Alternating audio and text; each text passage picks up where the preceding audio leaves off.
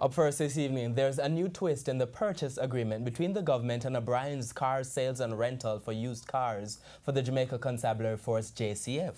The government now wants its money back. To this end, the Ministry of National Security has called for the advance payment guarantee held by Maybury Investments on behalf of O'Brien's Car Sales and Rental to be returned. The advance payment was in the amount of half the value of the 200 vehicles which O'Brien's was to supply the government. TVJ's Dashon Hendricks has details.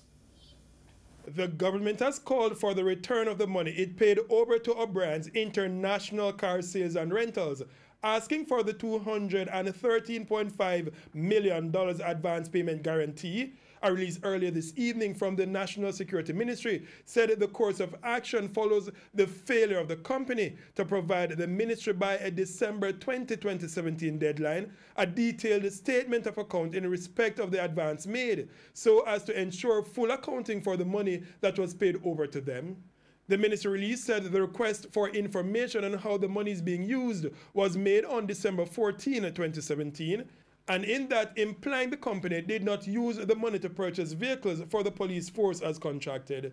The ministry release said that the contract clearly states that if the funds are used for any other purpose than purchasing vehicles, it would be a violation of the terms of the contract and sufficient grounds to call the advance payment guarantee.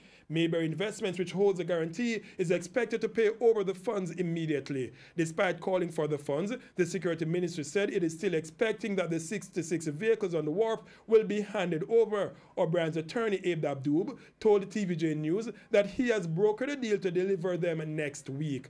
Earlier this month, the ministry redeemed the performance security bond in the sum of $42.5 million, following the company's failure to fulfill the terms of the contract to provide 200 pre-owned vehicles for the Jamaica Constabulary Force. They have so far only handed over 30 of the vehicles.